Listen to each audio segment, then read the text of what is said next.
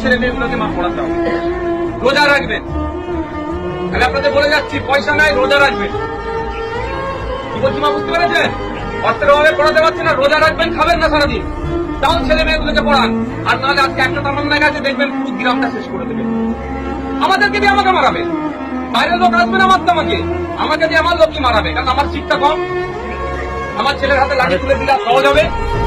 আমার দাদুরা দেখুন, আপনাদের গ্রামে দেখুন খারাপ লাগছে, দাদুরা দেখুন কারো নেতার হয়ে লাঠিয়ালগিরি করেছে, এখন বাপেরা লাঠিয়ালগিরি করছে। তারপরে ছেলেগুলোকে আবার দেখুন এরকম বোম বাঁধার বাহিনী বানাবে, তার ছেলেকে বানাবে। আর নেতার ছেলে তুমি নেতা ছিলেন, এমএলএ, তার মেয়ে এমএলএ হয়ে গেল, তার ছেলে মেয়ে দেখবেন আবার চলে নিয়ে যাবে। আপনার ছেলেগুলো কোথায় জেলে যাবে, না আরে রাতে অন্ধকারে মশার কামড়ে খেয়ে কবরস্থানে লুকোতে যাবে, পুলিশ তারা যাবে, এর বাইরে কিছু হবে না। তাই অনুরোধ মায়েদের বলছি, রোজা রাখবেন, এক বেলা খাবেন না, ছেলে মেয়েগুলোকে পড়ান, তাহলেই সমাজ